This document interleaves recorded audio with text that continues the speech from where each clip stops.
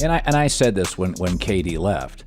I said, I think he's making a huge mistake. I said, you know how lucky you are to have Hall of Fame teammates, a Hall of Fame culture, and people that are actively rooting for you. I just got done reading 3 rings on the Kobe, Shaq, Phil Jackson, Lakers. Draymond, it was just a shit show, man. It is brutal. I mean, you read it, and it's like, this is brutal. When you, and you may be sensitive to talk about this, but when you watch KD now, and he's got some teammates that aren't always there for him, and I think, oh, boy, you left Rodeo Drive of basketball, man. This is the highest end. This is the culture, the brains. Do you look at him now, and what do you see, and what do you think, or do you not care? I care. I 100% care because that's my brother, and I always want to see him do well, whether that's here, whether that's in Brooklyn, whether he decides he wants to go play for Barcelona next year in EuroLeague. I always want to see him do well because that bond, that relationship, it's always going to go much further than I can play basketball and that he can play basketball. So I always want to see him do well. So I do care. As far as caring if he's on our team or not, I can't care because that's not up to me. That's not up to me from the team standpoint. That's not up to me from Kevin's standpoint. What I will say is when he decided that he was going to leave, I thought it was a mistake. Not that it was not for the reason that everyone else thinks it's a mistake. By the way, I thought it was a mistake because I know Kevin. And what Kevin likes to do in his life, the number one thing in Kevin's life, and that's not the case for most people, including NBA guys, by the way. Like, basketball isn't the most important thing to me in my life. I'm not going to sit here and lie to you and act like it is. It's not the most important thing in my life. It is extremely important, but it's not the most important thing in my life. Basketball is 100% the most important thing in Kevin's life. It is the thing that he cares about himself more than anything in the world. And when Kevin was here, the reason I thought Kevin was making a mistake, because I felt like when Kevin was here, what he was allowed to do was to simply just go play basketball, which is what Kevin loves to do. And so it wasn't that he was going to play with Kyrie. It wasn't that, everyone's like, oh, Kyrie isn't there. It wasn't any of that. Or it wasn't like, oh, man, you're winning championships. It was more so for me from a life standpoint because, again, I care about the person. I don't give a damn about the basketball player. He's a great basketball player, but I care about the person. And I just knew what makes him happy in his life is being able to simply go play basketball. And so that's where the mistake was made for me. It's not that he wasn't going to go win because, again, it's not proven that they're still not going to win. It takes time to build these things up. And I know everyone thinks, oh, man, you put this team together and you're supposed to win in 1 or 2 years. And the reality is we all hope that it goes that way. But, look at this Boston Celtics team. For every year for the last 4 years, they've said Jaylen Brown and Jason can't play together, and they figured it out. It takes time to build these things. And so I don't look at their whole thing with the Brooklyn Nets and say that's a failure. Like, I don't know if that's a failure. That's not written. But whether that fails or succeeds, that wasn't the mistake to me. The mistake for me was simply from a life standpoint and what makes you happy. What makes you happy, I know you. You're my brother. What makes you happy is just simply going to play basketball. And so that's where the mistake was made to me. Right. It wasn't about winning championships or anything like that. When you see, I said this today on the show, I said, I'm not really an awards guy. Like I kind of believe in broadcasting. I know the guys or the women that are good, and I know the ones that are average, and awards isn't going to change my mind. And to me, Steph is one of the greatest players I've ever seen. One of the reasons I hold him in such high regard is that he doesn't care if he's finals MVP. It doesn't appear to me. I said, there's a lot of guys in this league that care about that. And I said, but that's why Kevin Durant worked. That's why everybody works. That's why he gets hurt. Jordan Poole starts, he can come off the bench. I'm like, that's the essence of Steph. It's not a weakness. When you hear opinion shows and people in my space say that he needs an MVP in the finals to validate it, is it ridiculous? Do you not hear it? What do you make of that?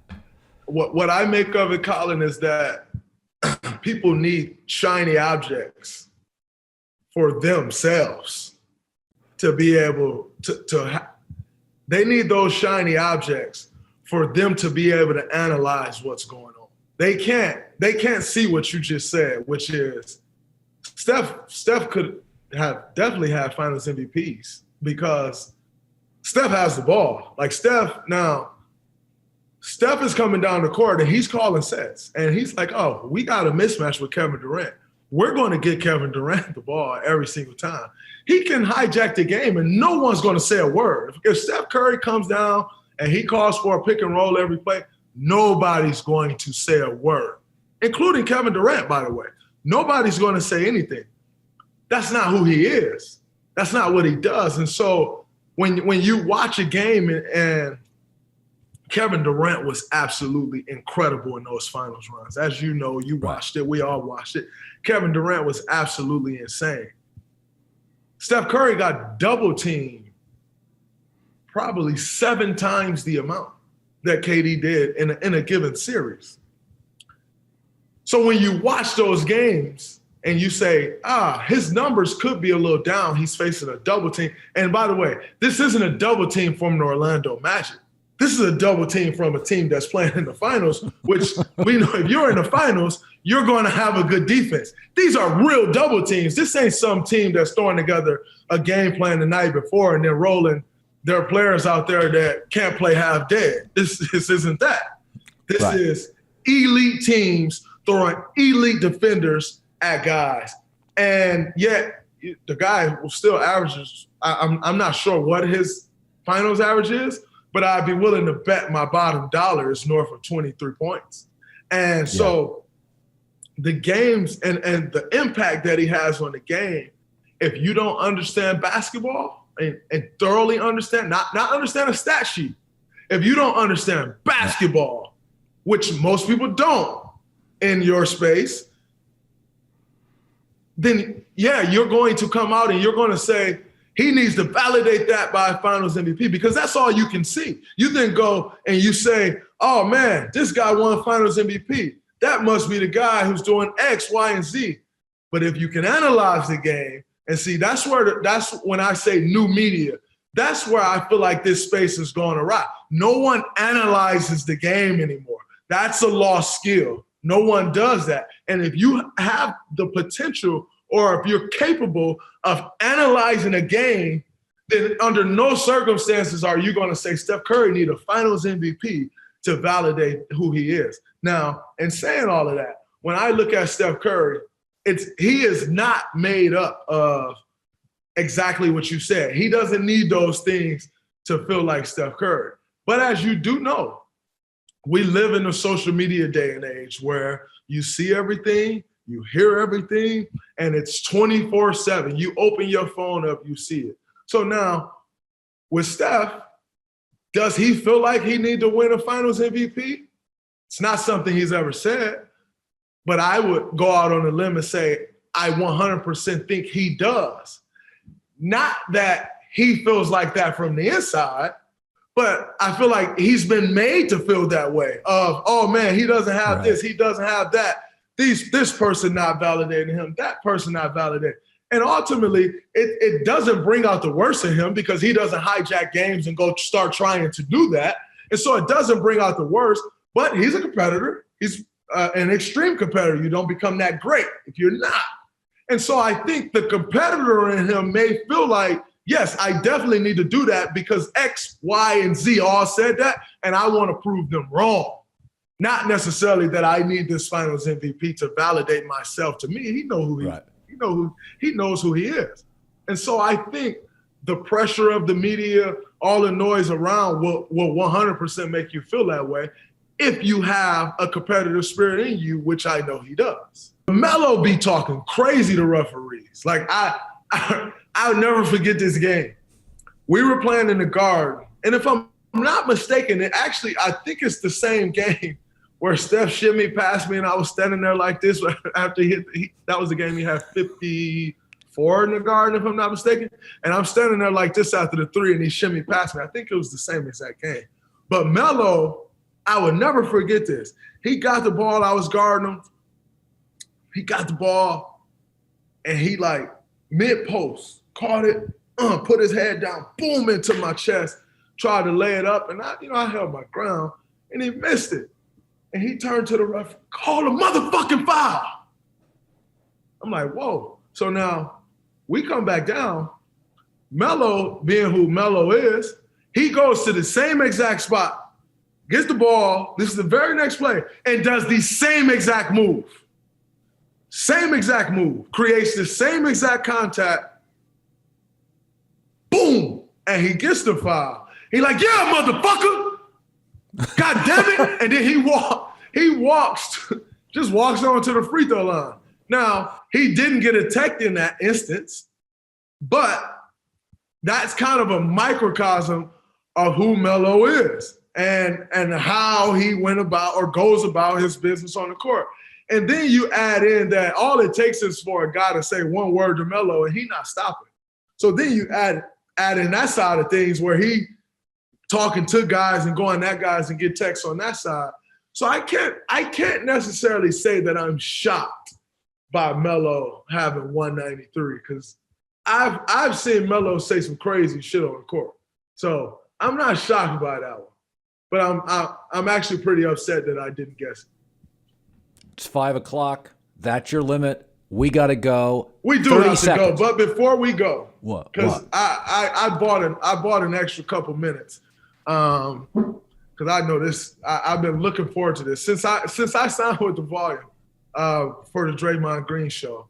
The one thing I asked them is I said, "Am I going to be able to go on Colin's podcast?" Because I've always wanted to. I've watched it for years. I've watched you for years. And so I'm like, I've always wanted to come on here. So we're not about to rush out of this one. I have a question for you. Sure. About a year ago, maybe 2 years ago, you said Steph Curry, if he wants to go see another NBA Finals, ever play in the NBA Finals again, he has to leave Golden State to do that. Here's my question. What was it for you that made you think at any point if Klay's healthy, I'm healthy, and Steph's healthy all at the same time, that we couldn't do it again just like we did it before? Because I just want to know, this whole notion is like, once Kevin left, the whole world wrote us off. Like, that is the end, as if we didn't do it before. So I just want to know the thinking behind that. Help me understand that, Colin. All right. So this is a big brain. There's a lot of stuff moving in there. Absolutely. So in a cap league, I think my takeaway, and I do 3 hours a day, so I don't know where I was then, but my sense was Steph had some injuries. Klay was hurt again. Draymond, it's easier to remain a good offensive player in the league than a great defensive player because defense is much harder. There's going to be cap issues. You're paying all of them. A couple of the draft picks were This was like before we knew Jordan Poole was going to work. And my takeaway is injuries, really expensive.